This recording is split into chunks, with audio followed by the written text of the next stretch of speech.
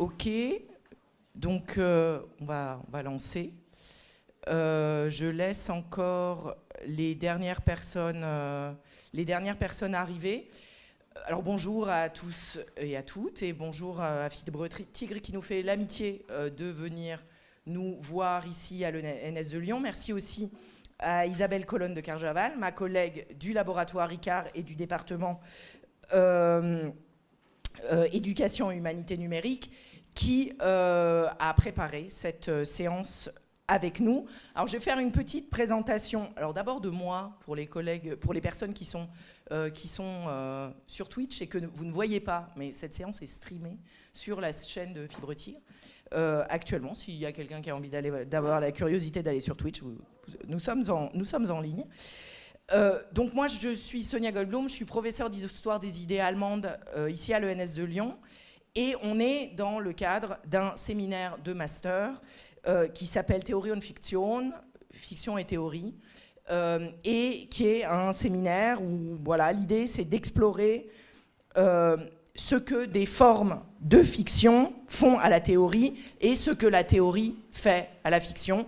Donc d'essayer de voir dans quelle mesure la fiction peut être un vecteur de discours théorique et dans quelle mesure elle peut donner une dimension créative à la théorie, et comment on a commencé par travailler sur les fables.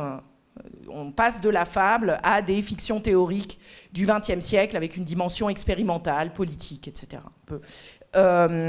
Et dans la théorie développée par la fiction, il y a deux grands aspects. Il y a de la théorie qui serait externe à la fiction, qui est de la théorie sur tout et n'importe quoi. La fiction, elle peut servir à développer des discours philosophiques, des discours scientifiques, des discours politiques, donc tout type de discours théorique, a priori. Et puis, il y a un type particulier de théorie développée par la fiction qui va nous intéresser aujourd'hui. C'est ce qu'on appelle dans les études littéraires la poétologie, et qui est un discours sur les modalités de la fiction elle-même, qui est portée par le discours fictionnel. La fiction réfléchit sur elle-même, sur un mode théorique, et ça, c'est un discours qui est tout à fait spécifique et qui est présent en fait régulièrement dans les théories de la fiction. Et ça nous permet d'en venir aujourd'hui à un type de discours qui est particulier, qui est le discours des auteurs sur leur propre pratique fictionnelle, la théorie produite d'une certaine manière par les auteurs sur leur fiction. Et c'est la raison pour laquelle j'ai invité Fibre Tigre, qui est scénariste de jeux de rôle, de jeux vidéo, et qui est, d'une manière plus générale, spécialiste de fiction interactive. Tout à l'heure, je ne le disais pas, mais je le dis maintenant, Isabelle Colonne de Carvajal est spécialiste de la question des interactions. Donc, entre la fiction interactive et la question des interactions, il y a des éléments de croisement qui nous ont paru féconds. Donc, Fibre Tigre, notamment auteur d'un jeu de rôle qui s'appelle Aria, depuis 2018. D'ailleurs, on est dans la saison 9. Et il y a un épisode demain soir sur la chaîne Twitch de Mister MB, si vous avez envie d'aller regarder. Et c'est publié sous forme de livre chez l'éditeur Eldercraft. Et donc, à partir de son expérience de la fiction interactive, il va nous parler de la question des embranchements et des émotions aujourd'hui. Merci beaucoup, tu as la parole, mais pas avant que je dise merci à l'IRIM qui a permis l'organisation de cette séance de séminaire et qui a permis de la financer. Merci beaucoup. Si tu veux, tu peux parler juste dans les micros qui sont là. Je veux bien ça. C'est embêtant ou pas? Absolument. D'accord. Bonjour à tous, merci. On va parler de fiction interactive, je vais définir ce que c'est, ce qui est ma spécialité. Et la fiction interactive aujourd'hui, c'est un domaine qui est de l'ordre de la fiction, donc on raconte des histoires, mais qui est à la base, à la racine du secteur d'activité qui rapporte le plus d'argent aujourd'hui, qui est le jeu vidéo. Ce qui fait que si un jour, si à l'issue de cette conférence, vous dites c'est bien la recherche, mais j'ai envie de gagner de l'argent, peut-être que le jeu vidéo vous intéressera. Et également, j'ai quelque chose à vous dire. Ce que je vais vous dire aujourd'hui, c'est très théorique et je mettrai beaucoup de mots d'avertissement, mais ça peut faire l'objet de recherche aussi, parce qu'il y a une grande absence de recherche sur le sujet. La France a créé à un moment quelque chose qui s'appelle l'Oulipo, qui existe encore, mais aujourd'hui qui est un petit peu éloigné de ce que c'était à la base, c'est-à-dire qu'on va manipuler le texte avec des mathématiques et on va faire des choses avec. Le jeu vidéo et la fiction interactive en particulier, on va parler de la datation précise bientôt, mais en gros, ça a 40-50 ans. Où en était la littérature 40-50 ans après l'invention de l'écriture? Pas très loin, je pense. Ce qui veut dire que ce que je dis aujourd'hui, c'est un peu fragile. C'est-à-dire que vraiment, c'est des sujets de réflexion et vous pouvez être totalement pas d'accord avec ce que je vais dire. Ils sont issus de mon expérience et j'ai beaucoup travaillé sur le sujet, même si j'ai 25 ans d'expérience en gros. Tout ce que je sais, ça peut se résumer en 6 heures en gros. Également, pour les gens qui me regardent actuellement sur Twitch ou en replay sur YouTube, etc., je vais dire grosso modo la même chose que je dis tout le temps. Il y a 1 ou 2 idées supplémentaires. Voilà. C'est une conférence que j'ai fait également aux Rencontres internationales du design à Lure, exactement. Mais comme vous êtes dans un cycle, alors on va parler embranchement émotion. Embranchement, c'est la partie fiction interactive, et émotion, c'est comment on peut créer des émotions avec la partie uniquement interactive d'une fiction interactive. Avant de parler de tout ça, je vais chercher... Voilà, c'est ça que je cherchais.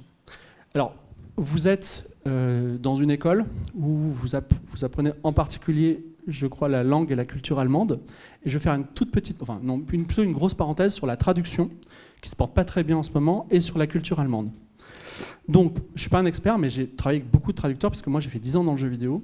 J'avais besoin de traducteurs à l'époque, parce qu'il n'y avait pas l'IA. Mais même à l'époque, ils utilisaient DeepL. Hein, mais bon, il faut quand même des gens pour mettre les textes dans DeepL.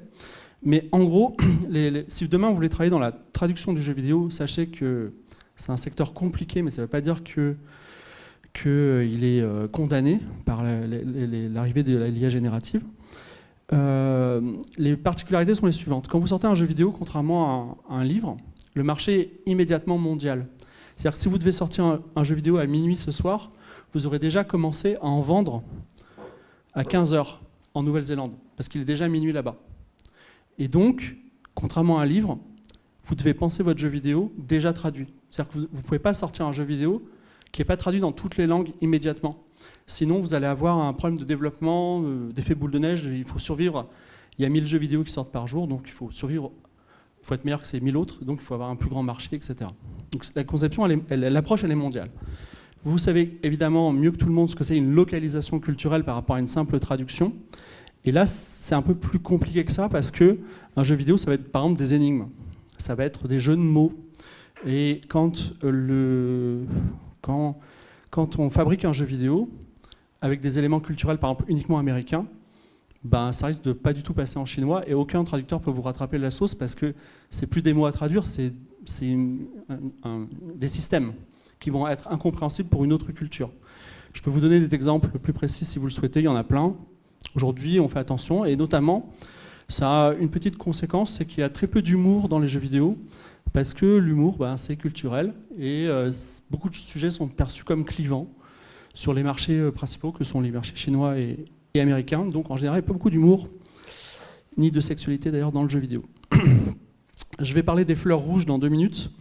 Alors, je vous dis les prix que j'avais il y a 10 ans, en gros. Pour traduire du français vers l'anglais, c'était 10 centimes d'euros le mot.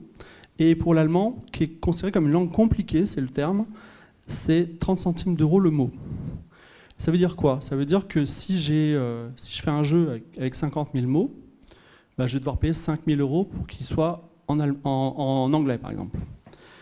Et donc, il y a le problème du recoupement économique, c'est-à-dire que quand vous allez écrire un jeu, il faut qu'il soit soutenable économiquement dans d'autres langues. Par exemple, il y a un jeu vidéo qui s'appelle Disco Elysium, 1 million de mots. Chouette. Mais 1 million de mots, ça veut dire que si demain vous voulez le traduire dans une autre langue, ça va vous coûter 100 000 euros pour les langues pas chères. Ce qui est compliqué, parce que ça veut dire que dans ce pays, il faut que vous fassiez au moins 100 000 euros de revenus juste pour recouper économiquement la traduction. Ce qui est compliqué parce que déjà ça isole des langues.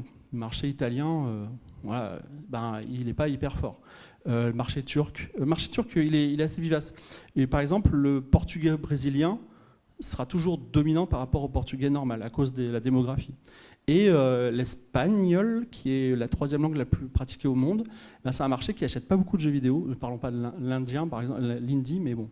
L'espagnol en particulier, on pourrait croire, waouh, l'espagnol, bon plan. Et en fait, pas du tout. Le marché est très faible, donc des jeux en espagnol, c'est pas des langues privilégiées. Donc il y a une vraie stratégie de, je vais traduire mon jeu en combien de langues. Après, pour les grands jeux qu'on appelle des AAA, il y a des packages, les 8 grandes langues, etc. On va parler des fleurs rouges, oranges et blanches, très intéressantes.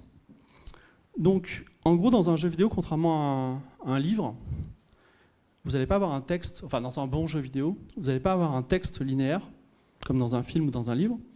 Vous allez avoir ce qu'on appelle un environnement procédural, c'est-à-dire que, parce que c'est le printemps, parce que vous êtes dans un champ, il y aura des fleurs.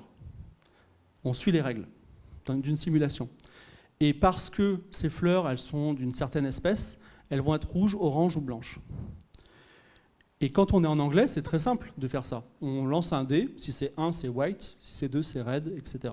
En allemand, je ne sais pas trop, mais vous me direz. Le problème, c'est que quand vient le moment de le traduire en français, on va avoir une section adjectif, et on a déjà des premiers problèmes qui sont que on va accoler cet adjectif à quel mot? À un mot féminin ou masculin? S'il est féminin, déjà blanc devient blanche. S'il est, comme vous le savez, orange ne s'accorde pas au pluriel. Par contre, rouge le fait, blanche le fait, mais blanche est une exception. Donc en gros, en fait, vous ne pouvez pas, quand vous avez un développeur anglais qui vous livre son texte, lui dire « Ah non, mais on peut pas traduire tes fleurs parce qu'il faut que tu intègres la grammaire française dans le code. » Et là, je vous parle du français, mais par exemple, en russe, il y a des genres un peu particuliers, des modes de verbaux aussi compliqués. Et donc en fait, il y a des jeux qui aujourd'hui, je prends un exemple d'un jeu qui fonctionne très bien, Dwarf Fortress, qui est considéré comme intraduisible, sauf à avoir des approches du style, on va mettre un arrobage IA autour, mais ça coûterait énormément en ressources. Donc en fait, à moins de coder informatiquement la grammaire, on se trouve parfois à des obstacles, donc le jeu est intraduisible, et il y a des cas limites.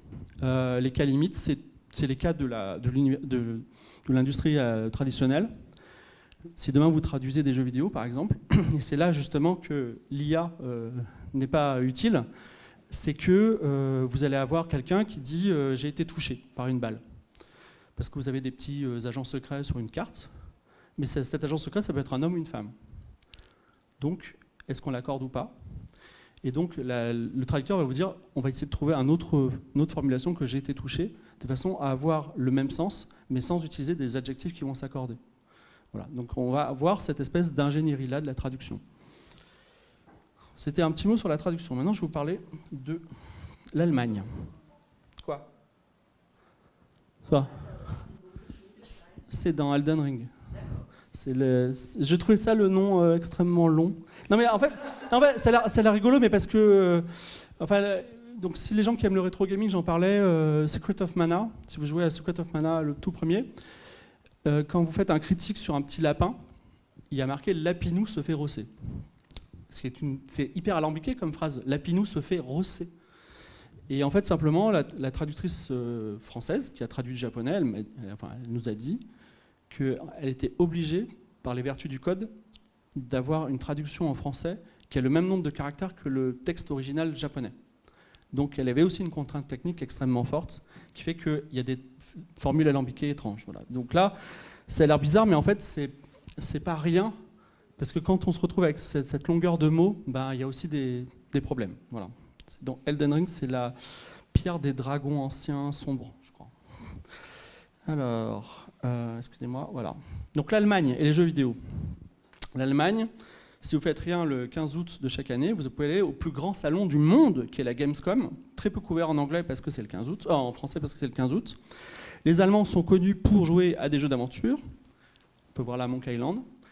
Ils aiment beaucoup les jeux qui sont proches du jeu de société, des jeux de management, de stimulation économique, etc. On plaisante beaucoup sur eux en mode ils ont travaillé toute la journée, ils rentrent chez eux et enfin ils peuvent jouer à un jeu où ils travaillent. Voilà. Et sinon, pour la blague, ça c'est Rothenburg qui a inspiré cet écran de jeu qui est très connu des joueurs de jeux d'aventure, Secret of Monkey Island. Donc, c'est un lieu de pèlerinage. Voilà. Secret of Monkey Island, qui, je le dis, est un jeu vidéo qui a été adapté en pièce de théâtre. Et il y a des jeux allemand non traduit en français et en anglais particulièrement, donc en fait inaccessible à des populations non germanophones. Donc ça c'est Mad TV 2, un jeu de simulation de chaîne de télé. Je trouve que c'est hyper intéressant comme concept, j'ai jamais pu y jouer. Ça c'est Das Studenglas, ça appartient au régime de l'interactive fiction, on va en parler tout à l'heure. Et ces deux jeux sont très particuliers. Donc, le premier c'est Der Schatz im Silbersee, c'est ça ? De Karl May. Donc c'est si vous voulez en parler, Madame Goldblum, c'est un classique de la littérature allemande, un peu l'équivalent de Jules Verne, alors peut-être vous connaissez mieux que moi, qui a été adapté en jeu vidéo. Il a failli y avoir une suite, mais qui ne s'est pas faite. Et ça s'appelle La Terre Creuse, dit Hohenwelt-Saga, la saga de la Terre Creuse, voilà, où un astronaute va au centre de la Terre et découvre qu'il y a une Bavière au milieu de la Terre. Voilà. Allemand, mais en tout cas, enfin, moi en tant que joueur de jeux d'aventure, c'est des jeux, en tant que non germanophone, je ne pourrais jamais y accéder. C'est un peu dommage. Donc si vous vous ennuyez, un projet d'été, vraiment premier degré, vous pouvez contribuer au patrimoine mondial de traduire ça, si ça vous plaît. Alors on va aborder le sujet concret de qu'est-ce qu'on va parler aujourd'hui, de quoi on va parler aujourd'hui, de la fiction interactive. Donc la fiction interactive, on ne sait pas quand est-ce que ça a commencé, mais on a mis une année zéro, en tout cas les Français, qui est la publication d'un texte dans Libération de Raymond Queneau, qui est le poème des petits pois. Voilà, ce qui est là, 1967, et qui donne une certaine norme qui a été ensuite reprise dans les fameux livres dont vous êtes l'héros, qui sont des manufactures anglaises. Quand je dis anglais, c'est vraiment britannique. Dans le cadre j'en parlerai pas aujourd'hui, mais de la culture punk, etc. Donc, en gros, on pose une question. Voulez-vous aller à gauche ou à droite ? Si oui, vous allez au paragraphe 4, qui est numéroté, et vous ne lisez pas linéairement, mais vous sautez d'un paragraphe à l'autre, un peu comme un programme informatique, ce qui fait que vous allez créer votre propre fiction interactive, enfin votre propre fiction. Donc il y a une interactivité. Voilà. C'est ma spécialité. Et effectivement, on peut schématiser ça sous forme d'embranchement. Ce n'est pas toujours le cas. En général, les solutions utilisées par les utilisateurs de fiction interactive, c'est plutôt du bas vers le haut. Mais quand on travaille, on fait du haut vers le bas, avec start au début et les différentes fins en bas.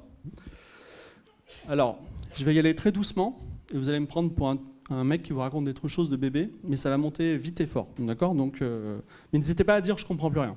Mais je pense que vous allez comprendre jusqu'au bout, sauf peut-être à la dernière page. Mais en gros, donc, vous êtes dans une pièce, vous pouvez aller à gauche ou à droite, et donc vous allez dans des paragraphes correspondants. Si vous allez à droite, vous ne pourrez pas aller à gauche et inversement. Mais ce qui est le cheminement physique dans une sorte de labyrinthe, ça peut être tout à fait un cheminement dans le cadre d'un dialogue. C'est-à-dire, est-ce que je suis sympa avec lui ou pas ? Est-ce que je lui dis telle phrase ou pas ? Et ça, c'est quelque chose qui est utilisé, par exemple, quand on vous démarche, quand quelqu'un vous appelle pour vous vendre un frigo, par exemple. Donc, on a ce type de schéma. On peut créer avec ça ce qu'on appelle des open world. Les open world dans les jeux vidéo, c'est ce fameux jeu où il y a un personnage vu de dos en third person.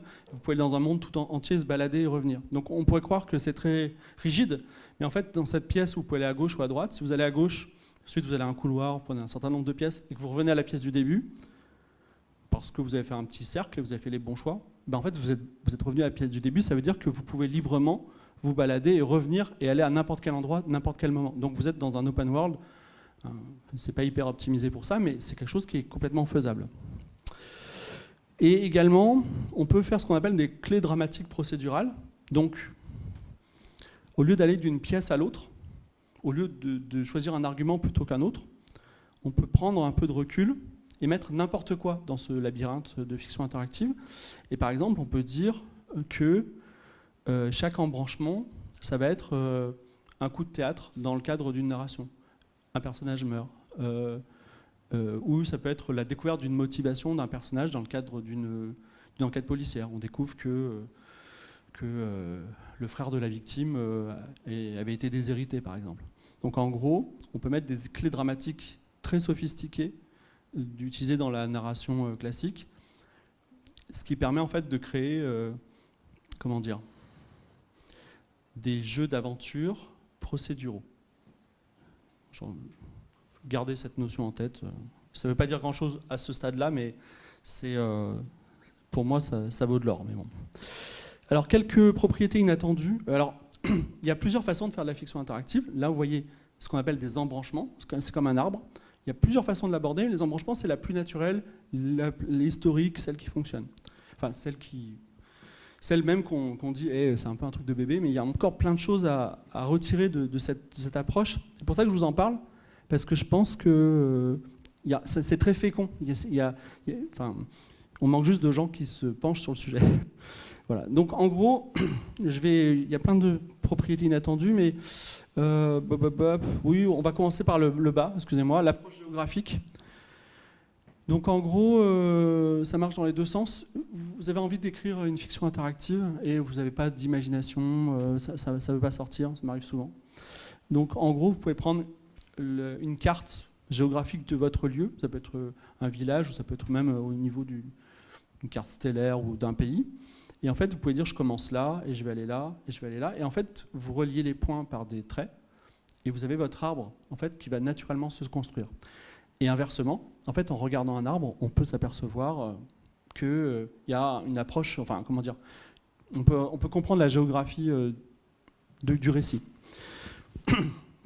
Ensuite, et c'est très important ça, parce que, enfin, moi qui suis dans le privé et qui envoie des factures aux gens, j'ai besoin toujours d'avoir, l'approche économique d'un projet est très importante pour moi.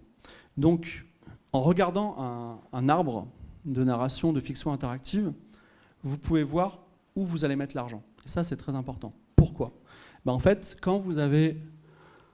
imaginons que soit ça se termine. Enfin, voilà, quand vous avez une fin, par exemple, ça c'est pas bien. Ça c'est une fin nulle, vous voyez. Parce qu'en fait, il y a peu d'endroits qui y mènent. Là, vous avez une fin nulle, vous êtes mort. Tu vois. En fait, ce qui va se passer, c'est que vous allez avoir plein de décisions à prendre. Et si le jeu est relativement généreux avec le joueur, il y a quand même peu de cas où vous allez mourir. Et s'il y a peu de cas où vous allez mourir, vous allez mettre moins d'argent dans les chemins qui mènent à des fins, on va dire, arbitraires ou obligatoires pour créer une tension, par exemple. Et donc, par contre, au contraire, quand vous avez des endroits où il y a beaucoup de choix qui reviennent, parce que c'est des moments clés où vous allez mettre des scènes importantes, et ben, ça, c'est des endroits où vous allez mettre de l'argent. Vous allez dire, oh là là, mais il y a plein de choix qui mènent à ce point central. Donc là, les joueurs, il y a beaucoup plus de joueurs, à 80% des joueurs qui vont voir cette scène. C'est là où on va mettre un beau paragraphe, ce qu'on appelle une scène cinématique avec beaucoup d'argent, etc. Si demain vous jouez à un jeu qui s'appelle... alors c'est Tomb Raider le reboot, où elle est sur une île, par exemple, vous apercevrez que les nombreuses fois où elle meurt, Lara Croft, les fins sont très marquantes, très gore, très courtes. Très courte, ça ne coûte pas d'argent. Très gore, ça marque. Et en fait, ça respecte cette approche-là, d'autant plus que le patron d'Eidos est Ian Livingstone, Eidos éditeur, Ian Livingstone, Sir Ian Livingstone, qui a été anobli, et qui est l'auteur du Sorcier de la Montagne de Feu, le premier livre dont les héros de défis fantastiques tels qu'on les connaît. Donc, il y a cette évaluation économique, et enfin... Si c'est important pour vous dans la narration globale que le héros perde sa petite sœur ou qu'il y a un personnage nouveau qui entre, vous pouvez ne le faire qu'à des moments, ce qu'on appelle des points d'étranglement dont je vous parlerai plus tard, c'est des moments incontournables de la narration, c'est-à-dire des moments obligatoires de passage. Parce que si vous introduisez la petite sœur du héros et qu'elle est très importante pour la fin, vous ne pouvez pas l'introduire dans une branche latérale qui va nulle part, discrètement, parce qu'à un moment, on va vous parler de la sœur, et les joueurs vont dire mais je comprends pas parce qu'ils auront pris un autre chemin, vous voyez. Donc il y a des moments où la narration elle se recentre sur un seul point. Et c'est là qu'il faut mettre tous les thèmes dont vous voulez parler. Voilà. Et on peut parler aussi un petit peu de la densité. Alors la densité d'un univers, c'est dans la Gare des Étoiles, on rentre dans un bar et on rencontre le héros. Genre, il est tout le temps dans un bar et même il y a le pote du héros et l'ennemi du héros, alors que c'est un monde avec des millions de planètes, voilà. Et il y a d'autres univers où on est un personnage absolument tout petit, inconnu, et où qu'on aille, on se retrouve sans connexion, sans personne, parce qu'il y a un sentiment d'immensité. Cette densité d'univers, en fait, vous pouvez très finement la gérer avec des manipulations mathématiques et des embranchements. Alors, comment, c'est un peu compliqué à vous expliquer, mais en gros, l'idée, c'est de dire, quand vous créez, excusez-moi, quand vous arrivez dans un lieu précis, vous pouvez récupérer des éléments précédemment rencontrés et dire, je veux qu'il y ait une chance sur deux que dans ce lieu, il y ait un élément précédemment rencontré qui s'y retrouve. Là, on a un univers très dense. Voilà. Un peu technique, mais... Alors, je vous ai parlé d'embranchement. Un embranchement, ça peut prendre la forme qu'on veut. Donc Ian Livingstone, que j'ai cité tout à l'heure, c'est lui, il a sa photo là. Un mec très accessible, encore en vie, profitons-en. Alors, je sais pas, ça marche encore très bien. Donc, en gros, voici plusieurs types d'embranchements qu'on retrouve dans des grands classiques de jeu. Le premier embranchement, il porte un nom, il s'appelle le One True Path, un seul chemin vrai. Alors, il est schématisé, mais en gros, il y a beaucoup de One True Path, et les One True Path, ce sont des récits interactifs dans lesquels, si vous faites la moindre erreur, vous êtes sanctionné par la mort, ou la fin du récit dans des mauvaises circonstances. Et inversement, le One True Path, c'est un système de fiction interactive dans lequel, si vous voulez accéder à la victoire, vous êtes obligé de faire tout le temps strictement des bons choix. C'est considéré comme de la mauvaise fiction interactive, mais des bons livres paradoxalement, donc je vous en parlerai dans 2 secondes pourquoi c'est un paradoxe. Et effectivement, beaucoup d'ouvrages de référence sont, contrairement à ce que... Enfin, ça n'a pas l'air très sexy, mais en fait, beaucoup d'ouvrages de référence sont des One True Path. Et il y a l'inverse à côté, celui-là, et là, cette personne malheureusement est décédée, c'est Joe Dever, qui a fait un livre qui s'appelle Les Maîtres des Ténèbres, qui est un anti-One True Path. Un anti-One True Path, c'est une fiction interactive dans lequel tous les choix mènent à la victoire. Quel soit le choix que vous preniez, vous aurez la bonne fin du jeu. Voilà. Ça, c'est un peu Zelda Breath of the Wild, par exemple. Donc en gros, vous commencez très proche de la fin. La fin est juste là. C'est une porte à ouvrir. Voilà. Simplement, derrière, il y a un petit challenge compliqué. Mais vous pouvez aller partout ailleurs. Vous pouvez revenir plusieurs fois ou en rond. Et en gros, cette espèce de cercle que vous allez parcourir avec différentes narrations, elles vont vous permettre d'acquérir de la connaissance ou des objets particuliers qui vont vous rendre plus fort pour pouvoir accéder à la fin si vous voulez. Mais si vous vous sentez apte, allez-y à la fin tout de suite. Moi, j'appelle ça la grande porte. Voilà. Et sinon, il y a d'autres systèmes un peu plus exotiques. Ça, c'est le Mario Scorpion, on peut se balader de gauche à droite. Ça, c'est un jeu très particulier qui a eu le prix du meilleur livre dont vous êtes le héros l'année dernière, qui a été réédité. Il s'appelle Le Prisonnier de Pierre Rosenthal, dans lequel il faut tricher pour gagner. Mais c'est cohérent avec le récit. C'est tiré de la série Le Prisonnier, je ne sais pas si vous connaissez. Un agent secret est enfermé dans un village, il n'a pas le droit de sortir. Voilà, il n'a pas le droit de sortir, et c'est un monde absurde, anglais, etc. Et effectivement, la seule façon de s'en sortir, c'est de tricher. C'est quand même intéressant. Alors, le paradoxe One True Path, c'est sûr. Donc, un des plus grands livres dont vous êtes le héros de l'époque s'appelle La créature venue du chaos. Creature of Havoc en anglais. Donc, voici la carte, on va dire, lyrique du jeu. Alors, ça se passe dans cet environnement-là. On commence dans une sorte de labyrinthe. On termine là. Et ça, c'est un peu compliqué, mais c'est le schéma pour sortir du jeu. Donc, oui, il est très compliqué. Il est très long. Il y a 400 paragraphes, etc. Et donc, il y a un grand paradoxe dans le One True Path, c'est que si vous dites à quelqu'un qui a lu beaucoup de livres dont vous êtes le héros, ou si même vous-même vous en lisez, c'est quoi le meilleur livre dont vous êtes le héros, il va vous dire c'est probablement La créature venue du chaos, qui a une histoire absolument extraordinaire. Mais c'est un One True Path. C'est-à-dire que dans ce jeu, si vous faites le moindre erreur, vous êtes sanctionné par la fin du jeu, c'est la mort. Et donc le paradoxe, c'est le suivant. Et en fait, il est très compréhensible. C'est que plus vous réduisez l'espace de liberté du joueur, plus vous maîtrisez le récit, donc plus il sera qualitatif. En gros, on pourrait dire qu'un roman linéaire normal, passionnant, un bon Stephen King, c'est un livre où tous les choix ont été sectionnés par l'auteur pour ne garder que le meilleur choix possible, donc la narration la plus palpitante.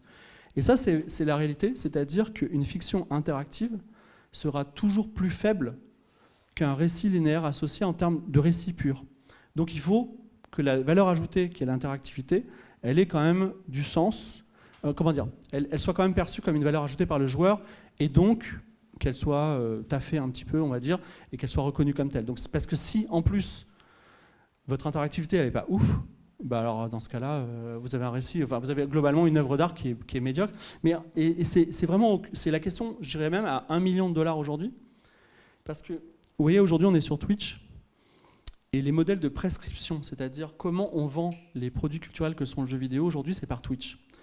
Si je fais une aventure qui est ultra linéaire, donc un one true pass, et qu'un streamer hyper fort, un Zerator, un Antoine Daniel, se met à jouer sur Twitch au jeu, certes, ça va me faire de la pub, mais en tant qu'éditeur de jeu, je ne vais pas avoir de valeur, enfin, le consommateur final n'aura pas de valeur ajoutée à acheter le jeu et à le jouer d'une façon différente, parce qu'il ne pourra pas le jouer d'une façon différente parce que c'est un one true pass. Donc c'est pour ça qu'il n'y a plus, par exemple, de point and click linéaire, d'aventure linéaire.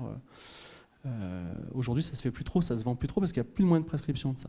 Donc il faut comment créer une aventure, un jeu vidéo d'aventure qui raconte une histoire palpitante, mais qui soit suffisamment interactif pour que l'expérience de prescription et l'expérience du joueur soient différentes. Question à $1 million.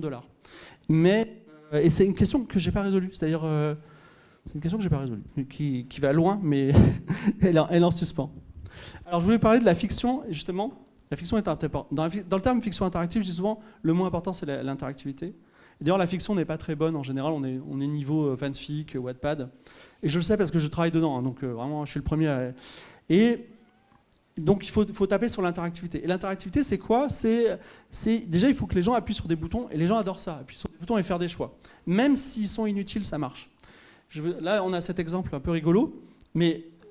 Donc ce jeu s'appelle Mass Effect, c'est une trilogie faite par BioWare, et typiquement BioWare, vous êtes un commandant d'un vaisseau spatial, vous êtes le capitaine, et vous rentrez et vous pouvez dire vous êtes tous des cons, ou je suis très fier de vous. Vous avez ces deux choix par exemple. Et la réponse à ces deux choix sera la même, l'équipage va dire ok capitaine, ils vont retourner au travail. Donc en gros on n'aura pas eu d'impact derrière le rideau, quand on regarde ce qui s'est passé, il n'y a pas eu trop d'impact sur la narration. Et c'est normal parce que ça coûte cher de faire la moindre réplique de jeu vidéo, parce que quand on écrit une réplique de jeu vidéo, il faut aussi qu'elle soit traduite et doublée dans toutes les langues par des acteurs, donc ça coûte très très cher. Mais est-ce que c'est vraiment inutile en fait ? Est-ce que quand le joueur il a appuyé sur un bouton, il a fait un choix, et il a caractérisé un personnage avec son choix sans qu'il y ait de conséquences dans le jeu, est-ce que c'est vraiment inutile ? La réponse est non. Est-ce que c'est inutile ? Non, ce n'est pas inutile. La réponse est non. Voilà, c'est utile. C'est-à-dire que vous pouvez totalement imaginer, ça n'existe pas, mais rendez-vous avec le psychologue simulator, dans lequel vous allez dire, voilà, il s'est passé ça dans ma vie, j'ai arrêté de fumer, etc. Avec juste un personnage qui va vous dire, ouais, ok, intéressant, ok. Et en fait, vous sortez de l'expérience et vous avez parfaitement défini un personnage particulier. Et le jeu ne nous a fait quasiment aucun feedback. Donc vous pouvez, juste par les inputs du personnage, avoir une expérience. Alors, pas l'expérience du siècle, mais c'est une expérience que BioWare maîtrise bien. Donc on peut construire un personnage, voilà, à partir des choix que fait le joueur. Donc, on va aborder une notion très très importante, le méta-jeu. Donc, le méta-jeu, je vais prendre une définition académique, une fois n'est pas coutume, et intéressante. Donc, il y a un nom qui est intéressant qui s'appelle Graham Nelson. Graham Nelson, c'est un professeur à Oxford qui a beaucoup travaillé dans la fiction interactive, et il a écrit en 1995 un ouvrage que je recommande à tout le monde, qui est très daté, qui s'appelle The Craft of Adventure, qui est très daté parce qu'il y a plein de paragraphes qui ne sont pas pertinents aujourd'hui, mais il y a une section sur le méta-jeu, et il dit, imaginez un jeu vidéo dans lequel on doit traverser un champ de mines, et en fait la philosophie du jeu, c'est vous allez infiltrer un camp militaire, vous allez récupérer un plan du champ de mine, vous avez le plan de champ de mine et vous traversez le champ de mine. Et là, vous avez un joueur très malin qui dit, je ne vais pas faire ça, je vais aller dans le champ de mine, je vais noter où j'explose, je vais recharger le jeu, et je vais ensuite faire mon plan moi-même avec mes différentes parties et mes différentes explosions. Comme ça, je vais juste avec la sauvegarde et le chargement. Vous voyez ce dont je parle ou pas ? Ok. Et donc, la personne, elle a triché un petit peu, mais pas trop. Enfin, techniquement, elle n'a pas regardé de solution, elle a juste trouvé une autre façon. Et donc, elle a fait ce qu'on a fait, elle a fait du méta-jeu. C'est-à-dire qu'elle a considéré que le jeu dans lequel elle jouait était un jeu. Et je vais jouer avec toutes les limites du jeu. Voilà. Et elle n'a pas fait ce que voulait le joueur initial. Donc, il y a beaucoup de crispation autour du méta-jeu. Il y a des gens qui détestent ça, des créateurs qui détestent ça. Moi, sans les bâcher, à titre personnel, je trouve que c'est un manque de maturité de vouloir de contrôler le méta-jeu, c'est-à-dire qu'au contraire, le méta-jeu est un jeu. Il faut s'amuser avec les jeux et avec les différents limites du jeu. Voilà. Et on peut aller plus loin que le simple jeu dans un jeu. Voilà. C'est très intéressant. On peut contourner... alors, est-il possible de contourner le méta-jeu? Est-ce qu'il est possible, par exemple, d'empêcher les gens de faire du méta? Oui et non. Alors on peut le faire très violemment, c'est-à-dire on met un mur invisible à un moment. Non, vous pouvez pas. Enfin, comment dire par exemple, dans cette histoire de champ de mine, s'il n'a pas le plan, on fait en sorte qu'il explose quand même à un moment. Voilà, parce qu'on considère qu'il n'a pas suivi la philosophie du jeu. Alors ça a l'air très brutal et un peu nul, mais des jeux le font. Mais il y a des façons plus fines ou subtiles de contourner le méta-jeu. J'en donne une par exemple. Quand on a un jeu vidéo à base de dialogue, en fait, les dialogues, comme je l'ai dit tout à l'heure, c'est des labyrinthes. Et nous, on arrive bien à... Les humains, ils arrivent bien à se repérer dans des labyrinthes en 2D. Et en fait, à un moment, on a une couche d'abstraction, c'est-à-dire que vous baladez dans le dialogue et vous dites, je pense qu'il faut dire ça, un peu comme les QCM, je pense que c'est la réponse C, en fait, parce que intuitivement, je le sens, tu vois. Et ben, en fait, on a cette espèce de navigation dans les dialogues, donc on est dans le méta-jeu, c'est-à-dire qu'on n'est plus on n'est plus un personnage qui est en train de faire un dialogue, on est ce joueur qui est en train de prendre de la distance. Et en fait, tout simplement, quand on rajoute du multijoueur dans les dialogues, c'est-à-dire quand il y a 2 joueurs dans un dialogue, le labyrinthe il devient en 3 dimensions parce qu'il y a une dimension que vous ne contrôlez plus.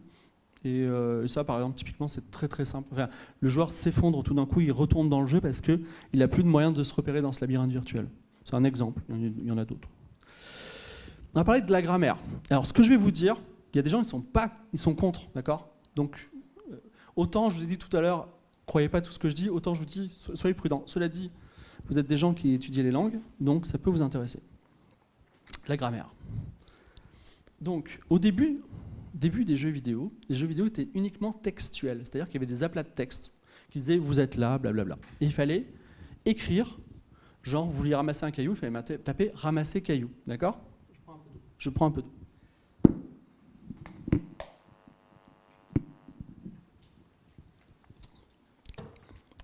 Mais plus précisément, c'était surtout des jeux américains, dans lesquels, par exemple, pour ouvrir une porte, il y avait marqué « Open Door ».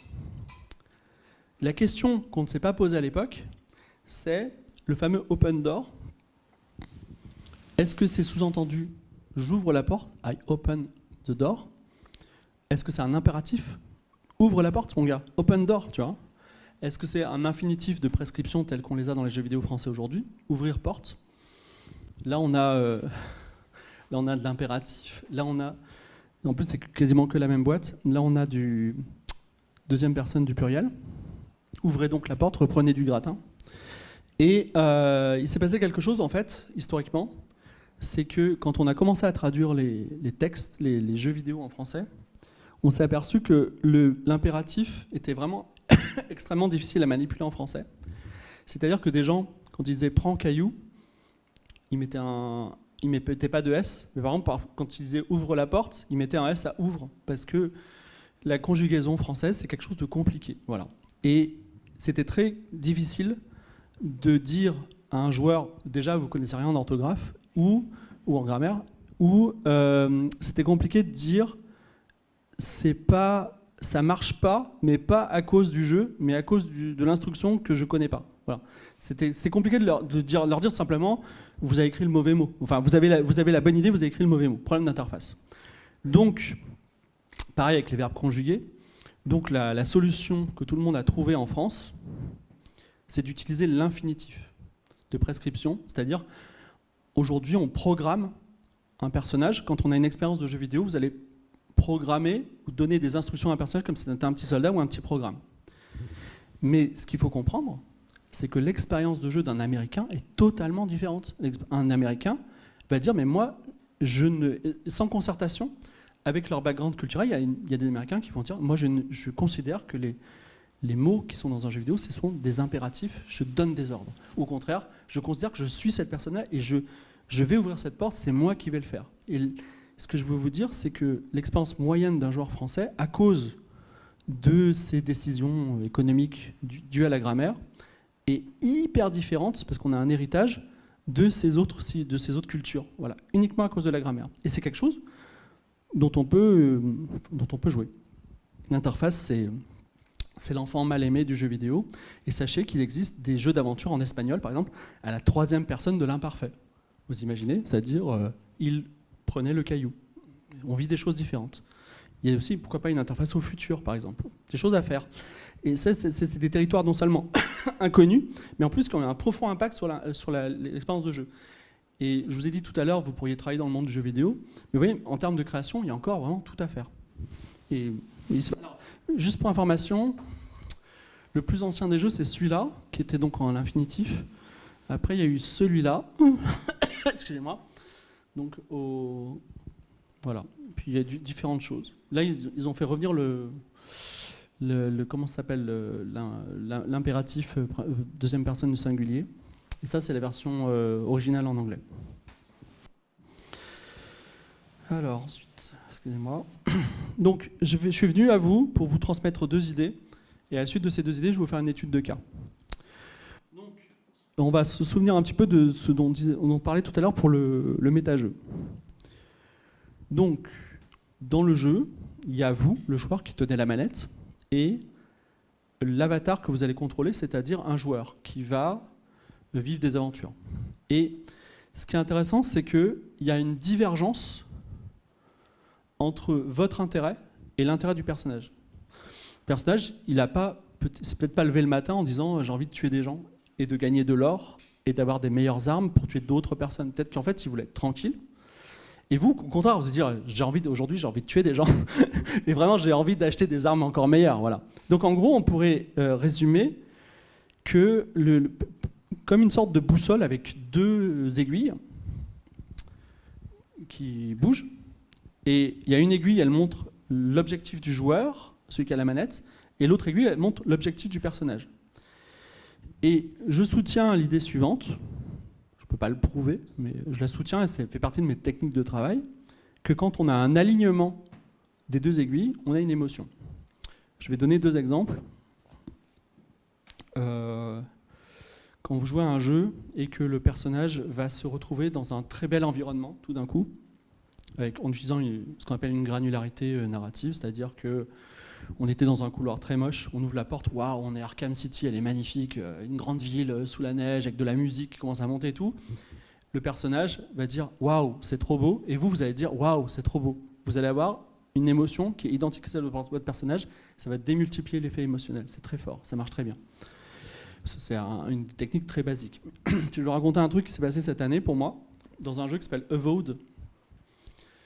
Donc c'est un jeu d'Heroic Fantasy dans lequel on est un personnage et on tue des dragons par exemple, et on tue des méchants, et il y a des jolies villes, etc. Et donc dans le deuxième monde, on a une très jolie ville, avec une très belle architecture, avec des gens très sympathiques dedans, et ils vendent des armes très chouettes, si vous voulez tuer des gens. Et aussi il y a une jolie taverne, voilà. Et aussi il y a quelque chose qui est important, c'est que dans cette ville, il y a des gens qui vous donnent des quêtes. Donc le joueur, il a du travail virtuel, il est très content. Et à un moment, dans ce jeu, on va dans une grotte, on fait des trucs, on sort de la grotte, et la ville est en feu. La ville est détruite. Et non seulement ça, mais en plus, on rencontre une générale en l'occurrence, une femme, qui dit « Ah, j'ai détruit la ville, trop rigolo, je les détestais ». Et on commence à parler à cette générale, et il y a une colère qui monte au niveau du personnage et au niveau du joueur, parce qu'en fait, le jeu a retiré au joueur un lieu très joli, des possibilités de faire des quêtes, donc de devenir plus fort, et des armes pour rouler sur le jeu.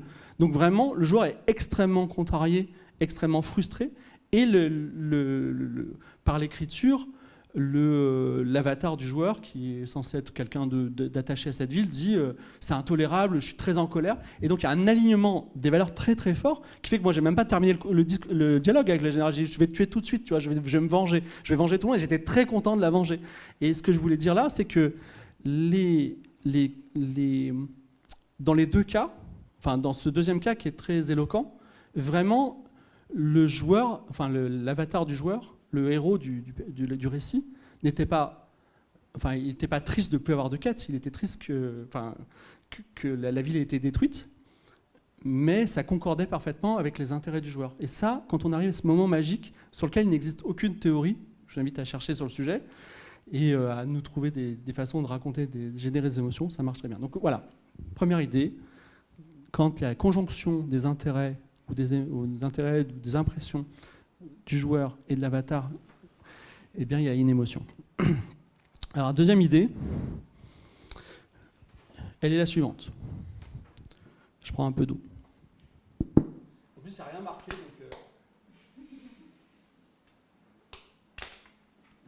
C'est vraiment un truc sur lequel je bosse de fou. Donc en gros, quand on oublie toutes ces histoires de jeux vidéo, on reprend un livre normal, Rémi sans famille, dans un livre qui va vous provoquer des émotions, et je vais vraiment résumer les choses parce que je n'y connais rien. Vous avez deux outils qui sont le fond et la forme. On va raconter une histoire qui va provoquer des émotions, donc le fond, et on va utiliser des techniques littéraires, une belle langue qui va soutenir le propos. Donc on a deux outils, on va dire, c'est le vert et le bleu.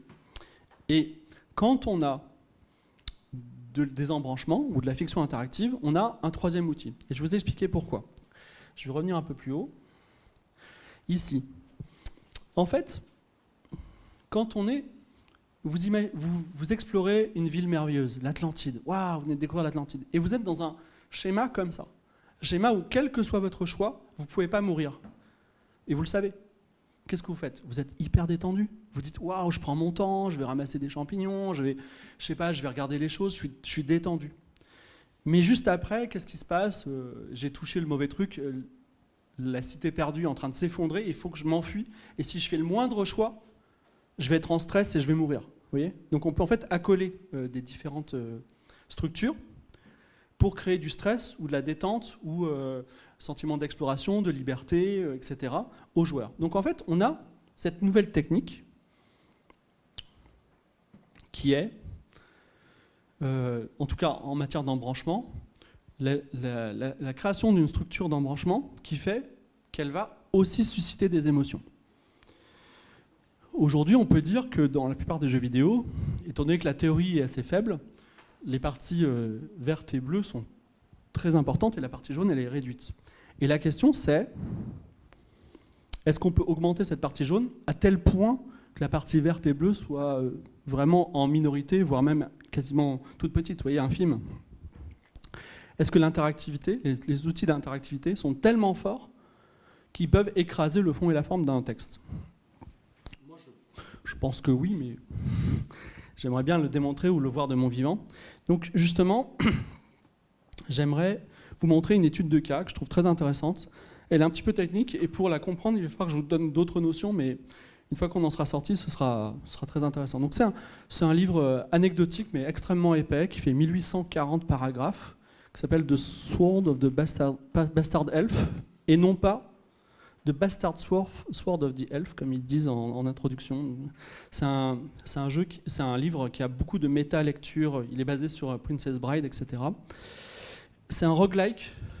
Alors, un roguelike, c'est un jeu vidéo dans lequel vous n'êtes pas censé le finir pour la première fois, vous allez mourir, et fort de votre expérience, et peut-être d'un petit bonus en début de partie, vous allez pouvoir aller un peu plus loin, un peu plus loin, un peu plus loin, à un moment vous allez vraiment le terminer. Ça c'est le principe du roguelike.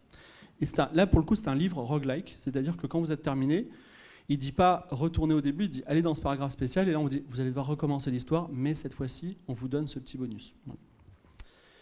C'est pas aussi simple que ça, mais je vous explique un petit peu la forme narrative. Donc donc voilà, le roguelike, donc ça c'est le premier jeu qui s'appelait Rogue, et aujourd'hui c'est un genre dominant.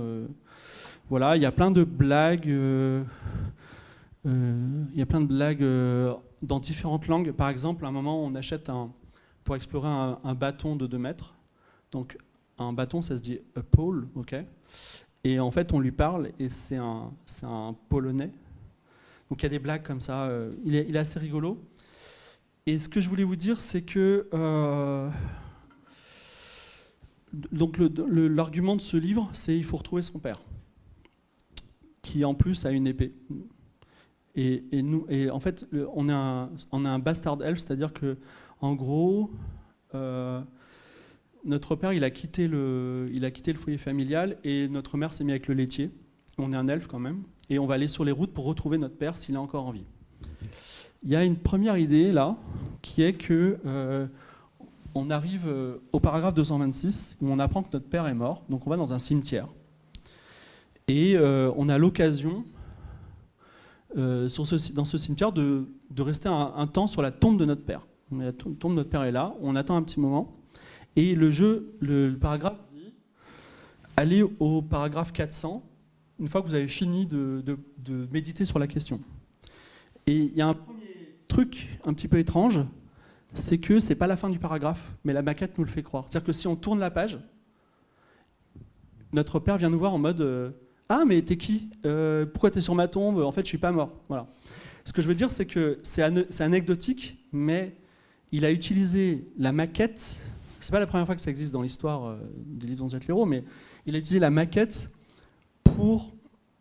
comme une sorte de piège pour le lecteur, donc un élément de gameplay par la maquette, ce qui est quand même pas mal. Et aussi, ça a l'air de rien, mais en gros, le jeu vous dit réfléchissez bien. Vous êtes dans une situation, réfléchissez. Est-ce que vous êtes prêts? Mais si vous voulez, vous retournez à la civilisation, mais réfléchissez ce qu'il y a à faire. C'est pas rien, c'est-à-dire que il utilise la structure et des outils un petit peu ésotériques comme la maquette pour essayer d'aligner le joueur qui doit réfléchir, enfin l'avatar du joueur qui doit réfléchir à la question à ce moment-là, et qui doit attendre un certain temps pour que son père arrive, avec le lecteur du jeu qui lui dit mais est-ce qu'il y a un truc ou pas? Il n'est pas en train de me dire quelque chose d'important. Donc ça c'est la première chose, et je me suis permis de mettre ça, qui est Prince of Persia 2, un jeu de 94 de mémoire, où c'est le premier jeu dans lequel il y a cette technique qui est de dire en fait dans ce jeu, à un moment, il s'appelle The Sword and the Flame, on trouve la fameuse flame iconique. Alors c'est un jeu qui est tiré du Voleur de Bagdad d'ailleurs, un film visuellement. Donc on touche la flamme et on meurt. Voilà, il y a marqué Game Over. Et donc quand on appuie sur suite, on se retrouve devant la flamme, il faut retoucher la flamme, on meurt. Et l'astuce du jeu consiste à attendre 30 secondes, et en fait le héros se relève de la flamme, incarné, plus fort, etc. Et c'est quelque chose qui est un petit peu courant aujourd'hui, mais quand c'est arrivé en 94, c'était révolutionnaire comme approche de la narration, de mettre un game over qu'il fallait attendre et qu'il se passe quelque chose. C'était une surprise remarquable. On retrouve son père, et il nous dit au fait, t'as mon épée, et pour avoir l'épée, il faut refaire le jeu plusieurs fois, connaître tous les secrets, affronter des tas de choses, et on lui montre son épée, et il dit juste, il fait comme ça, il dit ah trop cool, et c'est la fin du jeu. Ce que je veux dire, c'est que c'est très court et très sec, et d'ailleurs ça a beaucoup de signification, parce que normalement les paragraphes de fin d'aventure sont extrêmement longs, ça veut dire, c'est un exemple de structure qui signifie énormément de choses. Alors je suis désolé de pas pouvoir vous le transmettre autant que je le voudrais, mais voilà, pour moi c'est quelque chose de très fort. Donc voilà, c'était juste mon étude de cas pour montrer que la structure pouvait avoir beaucoup d'impact sur la narration. J'ai des petits bonus à vous dire, mais ça c'est si on a un peu de temps, voilà, sur les différentes approches de structure interactive. Je suis désolé, j'ai toussé un peu, je sors d'un petit rhume, j'espère que ça n'a pas été trop difficile à écouter. Est-ce que vous avez passé un bon moment? Est-ce que vous avez des questions? Merci pour les applaudissements, mais bon. Vous avez une question, Madame Goldblum? Alors moi j'ai des questions, mais surtout il faut qu'on... Toi tu réponds là et on va faire circuler le micro. Alors est-ce que vous avez des questions? Sur le salaire moyen des écrivains de jeux vidéo? Ou de jeux de rôle?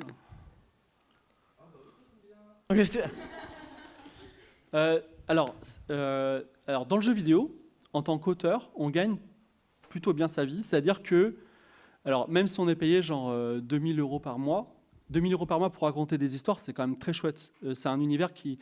Moi, je suis né en 78, donc en 85, mais jamais tu pouvais imaginer ça. Tu vois. Donc ça, c'est cool. Je parle d'un salaire moyen, je ne parle pas de mon salaire. Moi, je suis odieusement payé riche, tu vois, je suis très bien payé.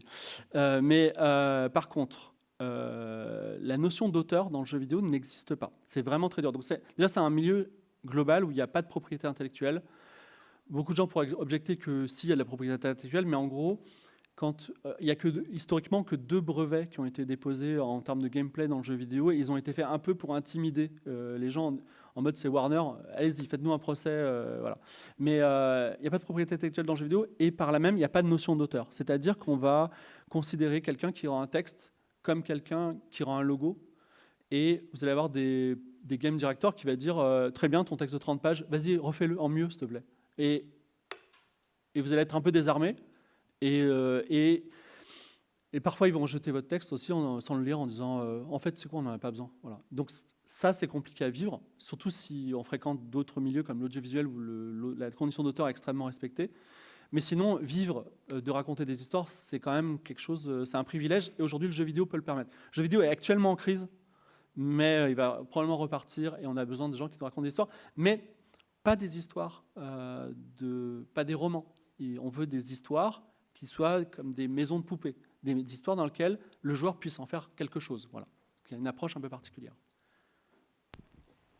Est-ce qu'il y a d'autres questions? Sinon, je vais laisser la parole à Sacha.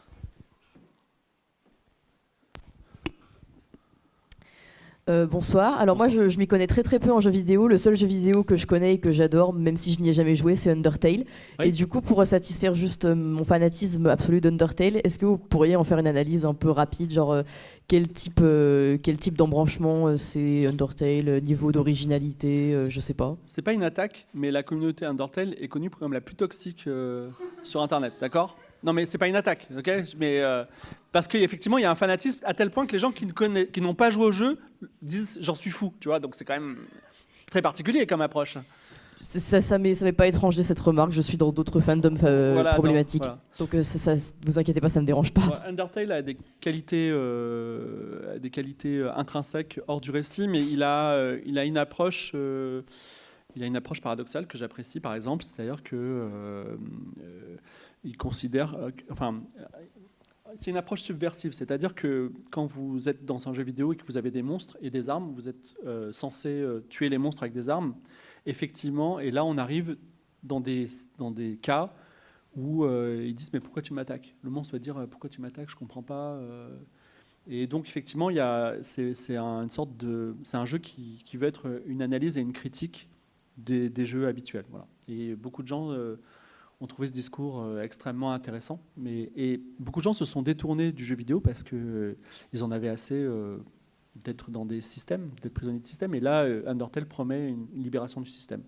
J'en suis pas dingue non plus, mais et la bande-son est très intéressante. Voilà. Donc ça aussi, c'est très bien. Je vais glisser ma question, c'est pas juste comme ça, sur ce que tu racontais, sur la question de l'alignement des intérêts du joueur avec l'intérêt du personnage. J'ai trouvé que c'était vraiment ultra intéressant et je me demandais si, en termes d'analyse, on pouvait travailler avec le concept d'identification. Mais avec, tu vois, en disant que ce serait comme une identification augmentée. Ah oui.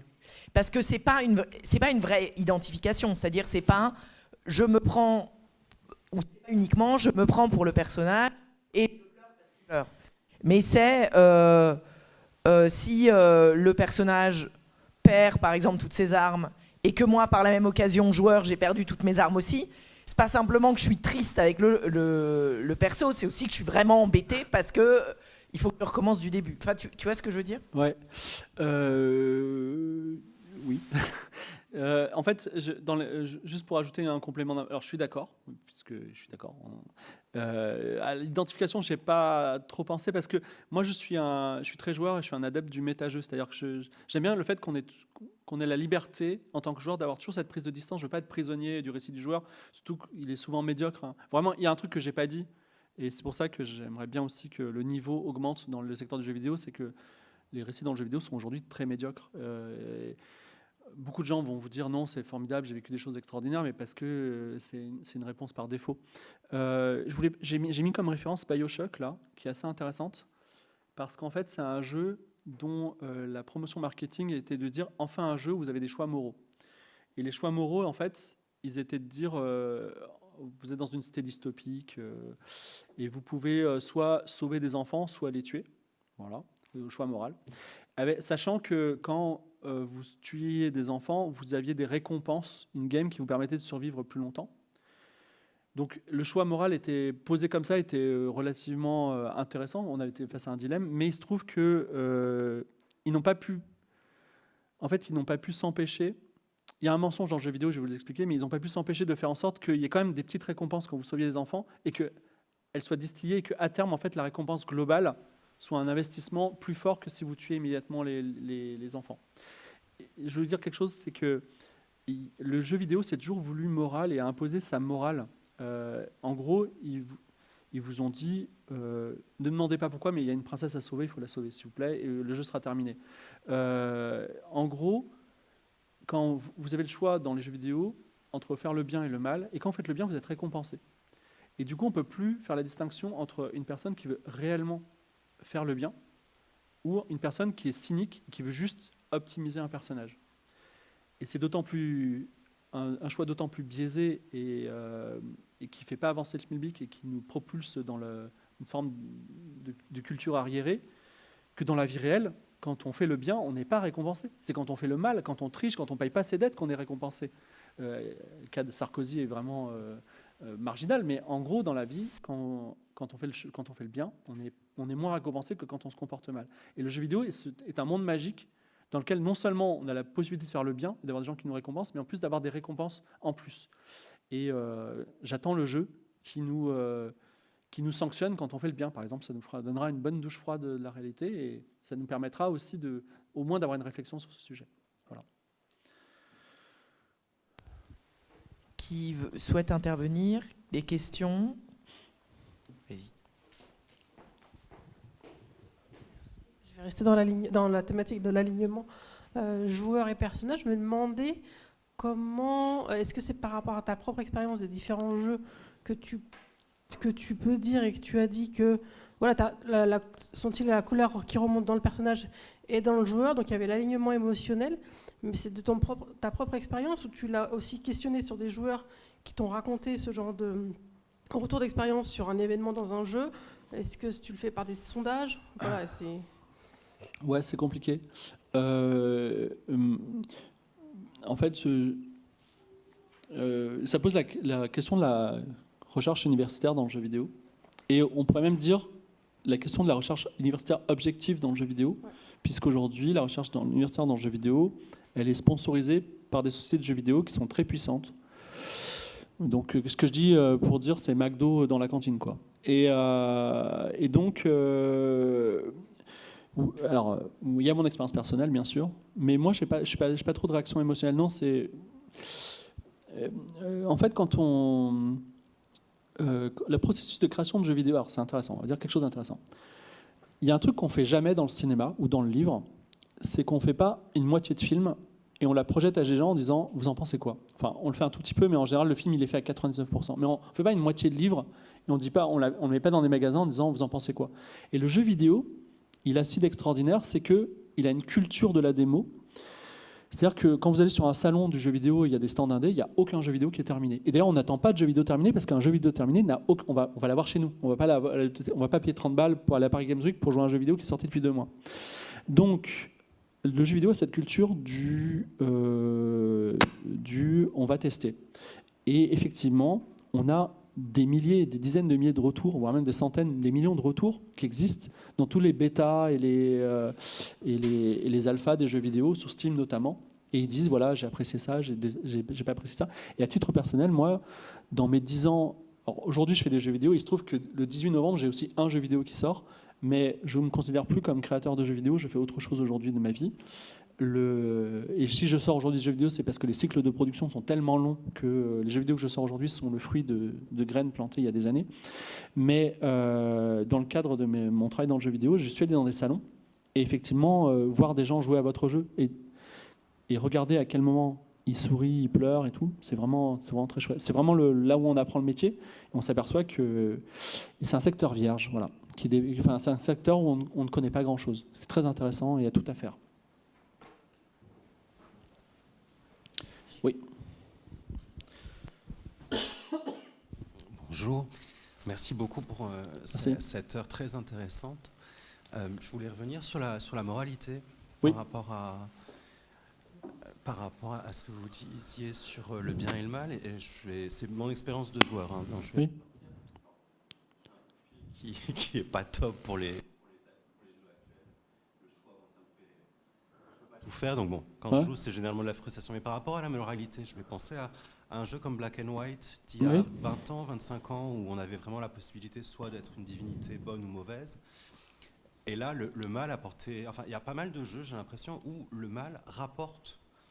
Je penserai éventuellement à Frostpunk 2, que j'ai fini il n'y a pas très longtemps. Et là aussi, il y a quelque chose sur le bien et le mal. Ou alors d'autres jeux, comme je pense à The Witcher, sur les trois The Witcher, on doit faire un choix ou on peut ne pas faire de choix. Il n'y a pas forcément... Alors oui, il y a le jeu vidéo, après va dire aux joueurs, voici ton choix. Regarde-toi dans le miroir, est-ce que tu es content de toi ou pas? Mais je ne vois pas forcément qu'il y ait nécessairement encore tous les jeux qui sont un peu pas bien pensants, mais qui n'imposent pas une moralité. Ok. Alors, non, après les exemples cités, alors Black and White, précisant le contexte des jeux cités, ils sont très intéressants. Donc c'est un jeu de Peter Molineux. Peter Molineux, c'est quelqu'un de très particulier, quelqu'un qui prend de la drogue, quelqu'un de très expérimental, quelqu'un qui a fait prendre de la drogue aussi à des gens, enfin voilà, et qui a pris, enfin, il invente le FPS et au lieu de donner une mitraillette à des gens, il fait un jeu de tapis volant. Il est extrêmement créatif, donc. Et Black and White est un jeu éminemment créatif. Pour les gens qui ne connaissent pas Black and White, on a une île avec des petits personnages et on contrôle, non, on influence une vache géante, genre King Kong, qui elle va devenir le dieu de ces personnages-là. Donc on est quand même dans une démarche créative qui est tellement forte que évidemment Peter Molineux, on peut pas lui dire, il va pas avoir le rapport de moralité du développeur classique. Il y avait Black and White, il y avait The Witcher et juste avant il y avait quoi entre les deux? Alors Frostpunk, développeur polonais, sauf erreur de ma part, qui ont fait The War is Mine juste avant, donc un jeu qui est vraiment en teinte de gris. Là encore, la démarche, l'approche de moralité, elle est quand même très particulière. Et Witcher 3, c'est un jeu européen, polonais, on pourrait même dire dépressif. Donc là encore, on pourrait citer Disco Elysium, comme ça on aura cité les 4. Et là, c'est des exemples à la marge, et effectivement, dont l'écriture est extrêmement fine. The Witcher 3, personnellement, je n'écris... Enfin, il y a des gens qui pensent que j'écris bien, mais moi je pense que j'écrirai jamais aussi bien que les personnes anonymes qui ont écrit à The Witcher 3, qui est vraiment excellent de bout en bout. Voilà. Donc il y a aussi comment dire, il y a 1000 jeux qui sortent par jour, et il y a des jeux inoubliables qui sont exceptionnels comme The Witcher 3, mais il y en a beaucoup qui sont pas très bons. Voilà. Ouais. Ouais. J'ai joué quand j'étais gosse, comme beaucoup. Notre génération s'y remet, j'ai l'impression. J'ai eu un passage à vide, mais en fait, je regarde les jeux, c'est tous les mêmes. C'est que sur du graphisme, le gameplay, il n'y a pas... Enfin, ou du moins, je demande les conseils de quelles sont les pépites parmi tous ces clones. Non, mais il faut... comment dire, tous les Français, 100%... Alors aujourd'hui, 100% des Français iront au cinéma au moins une fois dans leur vie. Est-ce qu'ils vont aller voir un David Lynch? Probablement pas. Ils vont aller voir un film avec des pingouins, genre. Enfin, le premier film que vous avez vu, c'était probablement un film d'animation Disney ou je sais pas quoi, un truc hyper accessible. Ce que je veux dire, c'est que si vous prenez le risque de faire un David Lynch ou un Paul Thomas Anderson, par exemple, qui est sorti il y a quelques semaines et qui est très bon, en fait, vous arrivez dans une chaîne économique et vous êtes en bout de chaîne. C'est-à-dire que les personnes qui vont voir ce film, ils ont forcément vu des films d'aventure, des Marvel et leur fameux premier Disney en premier. Et donc, sur la masse totale économique, en fait, on arrive en bout de chaîne. C'est un pari considérable. Ce qui fait qu'on aura beaucoup plus de films d'animation basiques pour enfants ou des films un peu bébêtes, des comédies telles qu'on les connaît, parce qu'en fait, c'est des portes d'entrée à cet univers-là. Et le jeu vidéo, c'est pareil. On va pas... j'adore The Witcher 3, mais je déconseille aux gens de commencer par ce jeu. Ils vont dire c'est pas pour moi les jeux vidéo. Par contre, Mario, c'est un très bon jeu vidéo d'accès, petite musique reggae, des couleurs, pas d'instructions compliquées, très bon jeu. Voilà. Et il y a ce qu'on appelle du feedback, c'est-à-dire quand on appuie sur un bouton, ça fait du bien. Voilà. Donc c'est dans cette logique-là qu'il faut voir la production des jeux vidéo, et c'est normal qu'elle soit comme elle est. Voilà. À noter qu'il y a trois pays dans le monde qui font de l'exception culturelle avec beaucoup de guillemets dans le jeu vidéo. La France finance des jeux vidéo. Il y a des fonds au CNC, fonds d'aide aux jeux vidéo, il y a des fonds régionaux. Lyon, c'était autrefois une capitale du jeu vidéo indépendant, par exemple. Le Québec, bien entendu, et l'Australie, qui finance bien ces jeux vidéo. L'Europe aussi, de façon générale, a donné notamment 155 000 euros pour The Witcher 3. Voilà. Bonjour. Il faut Alors, très bonne près de la conférence. bouche. Et Voilà. je voudrais revenir sur ce que vous aviez dit Oui. au début, sur la traduction ou alors les jeux non traduits Oui. en français. Alors, si une personne voudrait traduire ça bénévolement, est-ce Oui. que les codes sont disponibles en open source? Alors, est-ce qu'il faut contacter les studios? Alors, les studios, non, parce que c'est des jeux qui sont clairement abandonware. En revanche, il y a des passionnés, beaucoup de passionnés de jeux d'aventure. Et si vous le traduisez de l'allemand au français, par exemple, bah, je pense qu'il y aurait des développeurs qui seraient vraiment très motivés pour vous aider à le faire. Ça, c'est sûr. Je n'ai pas creusé l'affaire parce que je n'ai pas de projet de traduire des jeux en allemand. Mais moi, le premier, si demain vous traduisez notamment la saga Hollenwelt du Monde Creux, qui est vraiment très belle, je précise que en plus, ce n'est pas simplement des jeux en allemand non traduits, c'est des jeux qui sont tirés de sagas littéraires allemandes populaires. Donc, qui s'inscrivent dans un... Voilà. Il y a aussi des jeux plus confidentiels allemands non traduits. Mais oui, donc il faut mener un peu une enquête. Et je dois même vous dire, pour trouver ces jeux en particulier, j'ai dû mener une sacrée enquête. Voilà. Donc, D'accord. Merci beaucoup. il y a beaucoup de jeux russes et chinois non traduits, quelques jeux coréens. Voilà. Je fais un micro-point Vinnetou. C'est le point de la germaniste du moment. Et après, je vous laisse la parole. Karl May, c'est un auteur de western. Du western, c'est du western germanique, et donc le personnage principal, il s'appelle Winnetou, et voilà, et c'est l'histoire d'un C'est pas un aventurier, un trappeur? ouais, c'est un trappeur qui est ami avec un Indien qui s'appelle je sais plus comment. Non, c'est Winnetou, c'est l'Indien, et le personnage voilà. Old Shatterhand, voilà, vous connaissez. Et en fait, c'est de la littérature de jeunesse allemande. Ça date de la première moitié du XXe siècle, je pense. Et ça a un succès fou. Il y a même un festival Karl May dans le nord de l'Allemagne tous les ans où les gens se déguisent, etc. Enfin, c'est un truc culturellement, pour qui s'intéresse à la culture allemande, qui est énorme. Alors évidemment, c'est pas du tout politiquement correct, hein, on est d'accord, voilà, mais c'est un élément culturel capital. Et je vous laisse la parole, excusez-moi. Je me permets de rajouter une parenthèse à cette parenthèse, c'est que en culture allemande, il y a la saga de science-fiction la plus longue de tous les temps. Je crois qu'on est à 1 milliard de caractères. Peri Rodan, qui a ses propres conventions, etc., qui a fait l'objet de nombreux jeux vidéo, mais étant donné le succès de Peri Rodan, ça a été traduit en anglais notamment, donc on peut le retrouver. Et pour les gens qui sont vraiment germano, il y a un album de Kraftwerk sur Peri Rodan que j'aime beaucoup, qui s'appelle Spice. Voilà. Bonjour. Alors, excusez-moi, je n'ai pas suivi toute la conférence. Pas de problème. Mais concernant la narration, du coup, dans les jeux vidéo, une petite question par rapport justement aux tendances actuelles. À quel point vous pensez qu'un jeu doit être long pour pouvoir avoir un contenu narratif développé? Parce que ça fait partie des dynamiques un petit peu discutables, surtout des AAA actuels, de toujours rallonger les jeux au possible. À quel point on peut raccourcir les jeux tout en gardant un bon contenu narratif? Alors, déjà, il y a des barrières fondamentales. La première barrière, il faut que le jeu fasse au moins 2 heures, sinon la personne peut vous demander un remboursement Steam. C'est bête, mais c'est vraiment très important. Et la deuxième chose, c'est la barrière dont je parlais en début, c'est-à-dire attention au nombre de mots, parce que si vous dépassez un certain quota de mots, vous n'aurez pas le budget pour pouvoir traduire dans des langues particulières. Après, vous n'avez pas envie forcément de séduire le marché italien, mais voilà.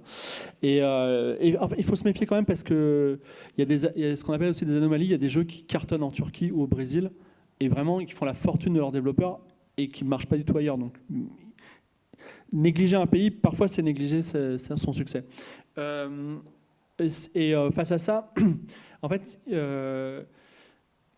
Alors, tu as parlé de AAA, c'est quoi? Les jeux, en gros, il y a des jeux indépendants il y a ce qu'on appelle les AA, c'est-à-dire c'est des sociétés qui ont 40 à 50 personnes qui font un jeu.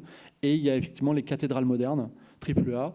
Par exemple, on va avoir le prochain GTA, dont vous allez avoir des publicités dans le métro, GTA 6. On est, je crois, enfin, c'est un jeu qui produit, je crois, 1 milliard de bénéfices par an et qui lui-même coûte 2 milliards, je pense, de production. Donc, c'est-à-dire qu'aujourd'hui, le mot cathédrale, il n'est pas anodin. Il y a plus de gens, de hommes qui ont travaillé sur le GTA 6 que sur Notre-Dame de Paris. Et c'est des gens extrêmement talentueux, c'est-à-dire parce que c'est la société qui a les meilleurs salaires, etc. Techniquement, ils sont très très bons. Est-ce que le jeu, au final, est une Notre-Dame de Paris? Je ne sais pas. Le truc, c'est que quand on est dans ces entités hyper grosses, hyper fortes, dominées par l'argent, il y a des processus qui... il y a une schizophrénie entre un produit qui se veut artistique, mais qui est éminemment industriel. Un produit artistique, artisanal, et qui doit être industriel. Et ça, cette schizophrénie, elle est irréductible. C'est-à-dire que quand vous avez George R.R. Martin qui fait le scénario de Elden Ring, je ne pense pas qu'il ait écrit d'ailleurs le moindre mot dans Elden Ring, par exemple. Parce que aujourd'hui, quand vous avez une entité qui a un AAA, on va dire, c'est au moins 100 millions d'euros de budget, plutôt de 500 millions. Quand vous avez 500 millions d'euros de budget, vous n'avez pas un scénariste, vous en avez 20 ou 40. Et donc, vous avez quasiment une architecture de scénaristes où tout le monde est frustré, tout le monde est malheureux, parce qu'au final, en plus, c'est le financier qui dit « Ah, j'aime pas l'histoire », tu vois. Donc, vraiment, l'approche narrative, elle est... Enfin, la création dans ce type de grandes entités est soumise au système capitaliste dans ses pires travers. Alors après, il y a des jeux qui racontent de belles histoires, comme par exemple Undertale qui a marqué énormément le marché, mais c'est le produit d'une personne. Voilà. Aujourd'hui, ce qui est incroyable, c'est que donc on parle souvent du Game of the Year, quel est le meilleur jeu de l'année, et en compétition du Game of the Year, vous allez avoir des jeux qui ont des budgets qui avoisinent les 500 millions et des jeux qui ont été faits par une seule personne en 3 mois. Et on les met sur un pied d'égalité. Balatro et Wukong, par exemple, l'année dernière. Un mec qui a fait un jeu en 3 mois, mal codé en plus, mais qui est extraordinaire. Et un AAA chinois. Voilà. Donc on est encore une fois dans les stigmates d'une société productive de création qui a moins de 40 ans et dans laquelle il n'y a aucune norme. Voilà. Et en fait, les normes qui existent sont des normes qui sont marketing ou journalistique, c'est-à-dire qu'en fait, un journaliste, il veut comprendre votre jeu, il va vous dire, est-ce que c'est un jeu d'action, est-ce que c'est un jeu d'aventure, alors qu'en fait, la vraie réponse, c'est, j'ai fait un jeu sur la boulangerie, ou j'ai fait un jeu qui raconte mon histoire. Et ça, si vous dites ça, le journaliste, il ne va pas faire d'article sur votre jeu, parce qu'en fait, il ne va pas pouvoir le comprendre simplement et le dire simplement aussi aux gens. Voilà. Ajoutons à cela qu'aujourd'hui, il y a ce globi-boulga de l'IA qui complexifie toute communication. Voilà. Je sais que j'ai donné plein d'informations, mais je n'ai pas donné de réponse claire, mais on est tous perdus. Voilà. Est-ce que vous avez d'autres questions? Sinon, j'ai un tout petit bonus à vous raconter, rigolo, sur certaines choses. Mais, oui. Alors bonsoir, merci pour votre présentation. Merci. Vous avez bien expliqué comment est-ce qu'on peut utiliser une architecture d'embranchement pour créer un scénario, particulièrement dans le cas du jeu vidéo et des livres dont vous êtes le héros. Ouais. Comment est-ce que ça se transpose au jeu de rôle en particulier, où on a quand même cette liberté additionnelle de pouvoir faire évoluer le scénario, rajouter des embranchements, faire évoluer la structure et l'architecture du scénario en fonction de ce que font les joueurs, en fonction notamment de la façon dont les joueurs jouent sur le méta-jeu et ce genre de paramètres. Un jeu de rôle, alors plusieurs approches du jeu de rôle. La mienne, elle est proche de l'improvisation théâtrale. Et à ce titre, c'est un ensemble de techniques. C'est moins improvisé qu'on le ressent. Et de la même façon que quand vous jouez aux échecs, à un bon niveau, en fait, les 20 premiers coups, c'est pas pensé. Les gens, ils sont en mode automatique, ils ont l'ouverture, la contre-ouverture, je fais ça. Et à un moment, le jeu est tellement complexifié que, ok, on se pose, c'est comme ça. Dans un scénario de jeu de rôle, paradoxalement, vous allez avoir, sauf si vous êtes sur vraiment un gros open world, vous allez avoir en fait des instructions. Vous allez avoir dire, l'accroche, ça va être ça. Les héros ont hérité d'une maison. Et en marqué, secret, : la maison est hantée. Voilà. Et donc, il est probable de penser que les héros ne vont pas ouvrir un restaurant, mais ils vont aller à la maison. Donc, on a le scénario qui va ensuite parler de la maison, etc. Et il est pensé pour qu'il y ait des scènes climactiques, je ne sais pas si c'est le mot exact, en gros, qui est cette architecture qu'il y a dans les films aujourd'hui, qui nous normalise. Hein. On a normalisé le contenu fictionnel avec cette idée il faut qu'il y ait une tension à un moment, il y ait une relâche, voilà. Alors que on est prisonnier de ces schémas fictionnels, mais bon, c'est un autre sujet. Donc en gros, il y a TLDR, le scénario est écrit. Maintenant, il faut respecter la liberté des joueurs. Et pour la respecter, moi je fonctionne en tout cas en coup d'échec, c'est-à-dire que j'ai plein de scénarios dans ma tête qui font que je suis jamais pris, enfin, je suis en général pas trop pris à défaut. C'est-à-dire que quand ils me disent je veux faire ça et que c'est pas prévu, bah je le suis. Je suis son idée jusqu'au bout et ça va faire un très lent virage pour revenir sur le moment principal, comme si j'étais un Saint-Bernard et qu'ils étaient des moutons perdus, tu vois. Et j'essaie de faire ça très gentiment, même si parfois je leur dis je suis perdu, vous êtes allé trop loin, vous êtes en dehors des limites, un peu comme un jeu vidéo qui parfois vous dit, enfin vous met un mur invisible en disant bah il y a plus de jeux vidéo derrière. Et c'est pas très grave parce que le joueur de jeux vidéo il veut s'amuser. Donc en fait, il n'a pas envie d'aller de l'autre côté du mur invisible où il n'y a rien. Et mon joueur de jeu de rôle aussi, il n'a pas envie. Enfin, c'est rigolo d'être plus fort que le maître de jeu, mais à un moment, lui aussi, il veut s'amuser, donc il revient dans les clous. Voilà, c'est tout. Il faut juste que ce soit élégant et rigolo. Mais quand on sort des clous, ce qui est intéressant en tant que raconteur d'histoire, c'est qu'aussi on se met à regarder une histoire qu'on ne connaît pas. Et c'est très rigolo. Il peut se passer des choses extraordinaires à ce moment-là. Voilà. Merci. Voilà. Je voulais juste, s'il n'y a pas d'autres questions, je voulais juste vous dire que la littérature est en mutation en ce moment. Avec ça, là.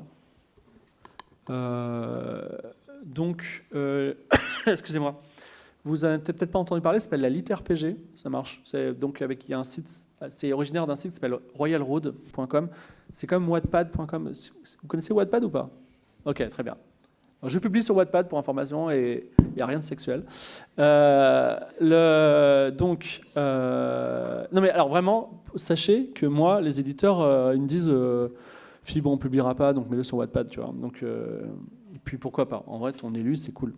Mais donc, la LitRPG, c'est une littérature nouvelle, très populaire chez les jeunes, dans laquelle les gens, littéralement, décrivent une partie de jeux vidéo comme si c'était un roman. Je vais donner un exemple. Civilisation, c'est un jeu dans lequel on dirige des pays. Et il va dire, voilà, mon pays, c'est ça. Et j'ai fait ça, j'ai pris ça comme décision, ça comme décision. Alors, il le romance un peu. Et en début de chaque partie, vous avez des fiches récap de statistiques du pays, où ça peut être un jeu de rôle, où on a des fiches récap des points de vie, de l'équipement, voilà. Et on voit comme ça évolue. C'est tellement populaire que ça vient d'être édité en France. Ça s'appelle Dungeon Crawler Carl, qui est un hit aux États-Unis de littérature jeunesse, qui est de la LitRPG pur jus. C'est une sorte de Running Man. Le film va bientôt sortir là, mais en gros, la personne est dans un jeu virtuel et il a des points de vie et c'est récapitulé en plein. Ça marche très très fort. Juste à côté, je vous ai mis un livre qui est un livre de jeu de rôle, mais c'est un beau livre. C'est-à-dire que, vous savez, c'est ce qu'on appelle les coffee table books, des livres qu'on met sur la table, ils sont trop beaux. Et en fait, ils ne sont pas là pour être lus. Et il y a ça maintenant dans le jeu de rôle, c'est-à-dire qu'il y a des livres qui sont très beaux, voire même poétiques, mais dont le contenu n'est pas à destination de jeu. C'est juste un bel objet, voilà. Et ça, c'est une relecture dont vous êtes le héros, c'est assez intéressant. Donc déjà, c'est un livre qui est interdit, figurez-vous, parce que la maquette singe un petit peu la maquette de Gallimard à l'époque, et Gallimard a dit « Eh oh, la maquette, elle est protégée, vous n'avez pas le droit. » Donc j'ai pu l'acheter avant qu'il soit interdit.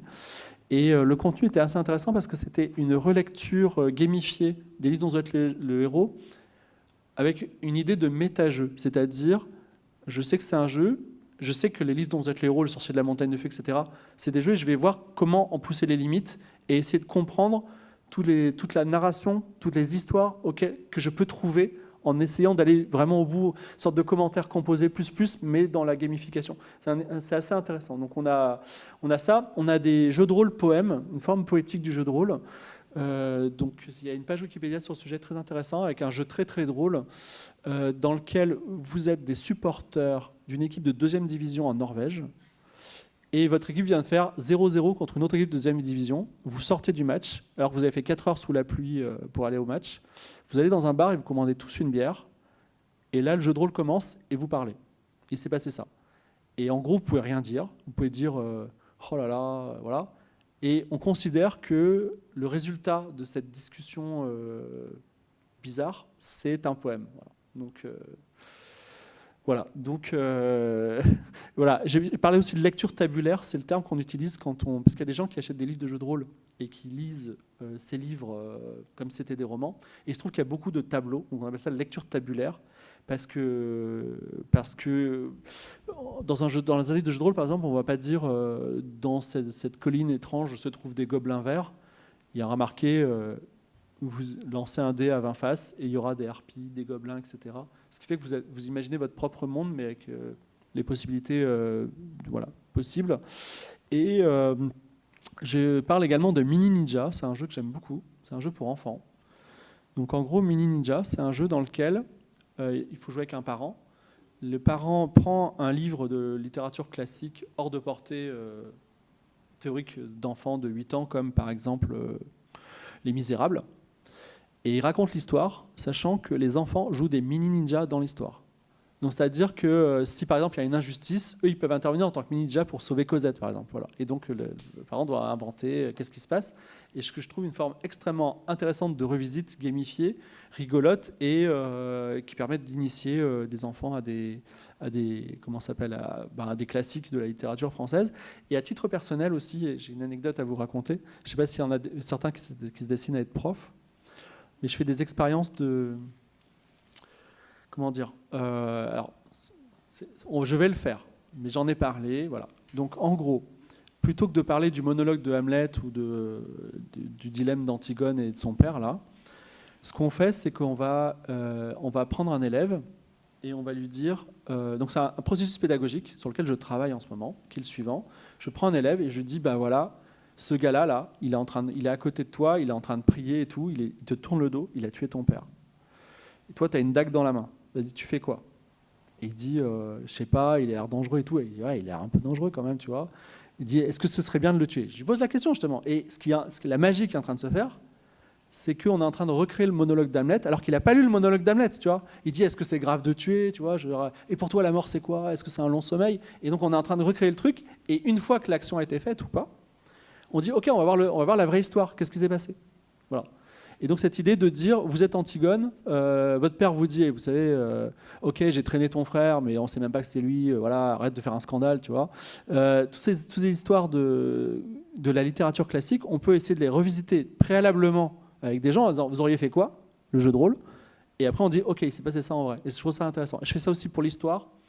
J'étais au rendez-vous de l'histoire il y a quelques semaines, là, à ce sujet-là, parce qu'effectivement, on revisite ça. Et récemment, d'ailleurs, avec Clément Viktorovitch, que vous devez connaître, à la Sorbonne, on fait un jeu de rôle sur l'histoire, dans lequel ils se sont retrouvés devant Hitler en 1939, avec la possibilité de le tuer, et ils ont dit, est-ce que c'est utile de tuer Hitler juste à ce moment-là?